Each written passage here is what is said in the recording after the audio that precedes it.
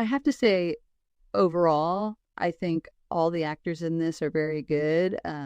As much as, again, I always say Amy should be played by two actresses, one younger, one older.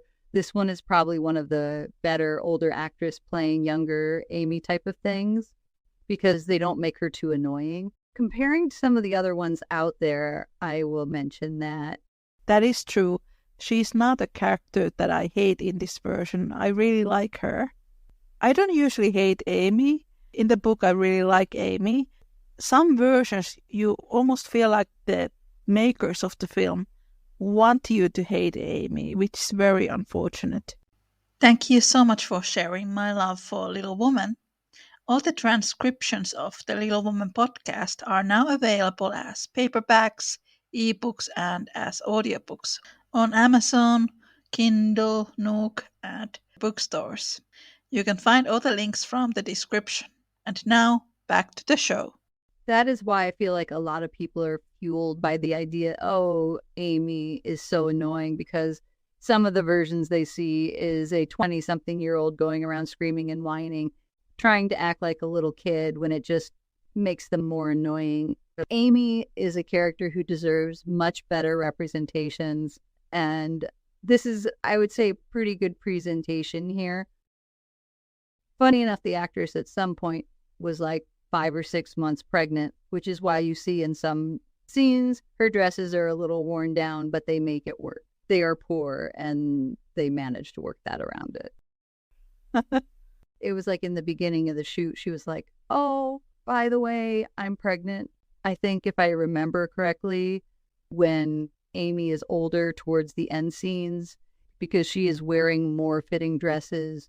But in the beginning, when she is a schoolgirl, when she is supposed to be really young, she is pregnant. I always thought that was amusing.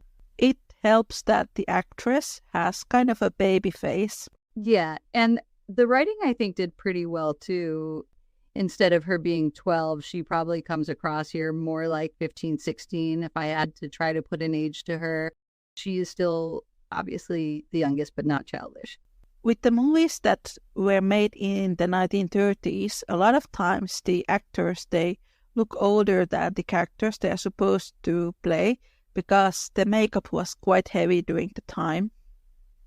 Katharine Hepburn was in her 20s, right? It feels very much like she is a teenager in the beginning. That is just the power of Katharine Hepburn. She makes it work. I was actually planning to buy Katharine Hepburn's biography, the one that she wrote herself, because I want to hear what were her thoughts about Little Woman. That would be interesting. Oh, yeah. I can only imagine. I hope she would say there that she had a good time, because sometimes you will hear certain actors to be like, oh, I love this movie and I love this role. And then they go like, oh, I hated doing it. I think she liked it. Yes, I think so. We talked about this earlier. There are people who complain that she was not pretty enough to play Jo, but Jo is not written to be conventionally beautiful. And Katharine Hepburn was this tall woman, and she has sort of an angular face.